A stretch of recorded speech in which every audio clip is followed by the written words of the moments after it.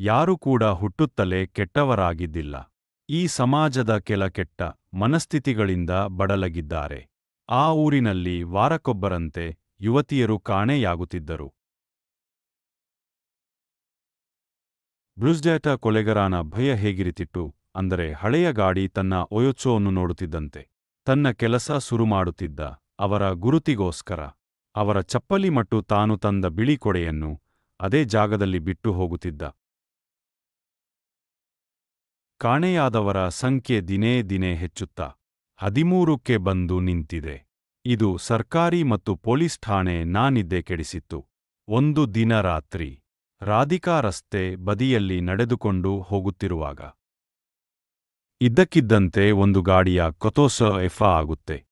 ಮೋಡಲೆ ಕೆಂಪು ತೋಷಿತ ಅದ್ದಾರಿಂದ ಭಯ ಹೆಚ್ಚಿಸಿತು. ಕಣ್ಣು ಮುಚ್ಚಿ ಬಿಡುವಷ್ಟರಲ್ಲಿ ಯುವತಿಯೂ ಮಾಯ. ಆದರೆ ಈ ಬಾರಿ ಯುವತಿಯು ಪೊಲೀಸರು ಬೀಸಿದ ಬಾಳೆಯಾಗಿತ್ತು. ಯುವತಿಯ ದೇಹದಲ್ಲಿ ಜಿಪಿಎಸ್ ಅಳವಡಿಸಲಾಯಿತು. ಅದನ್ನೂ ಬೆನ್ನಟ್ ಹೋದ ಪೊಲೀಸ್ಗೆ ಕಡಿದು ಒಂದು ದೊಡ್ಡ ಶಾಕ್. ಅಷ್ಟಕ್ಕಾದರೂ ಆಟ ಯುವತಿಯರನ್ನೇ ಯಾಕೆ ಗುರಿಸಿದ್ದ? ಪೊಲೀಸ್ ಅವನನ್ನ ಗುರುತಿಸಿದ್ದಾರು. ಹೀಗೆ ಅವನು ಯಾರು ನೋಡೋಣ ಮುಂದಿನ ಭಾಗದಲ್ಲಿ. Subscribe Made in Future. Thank you.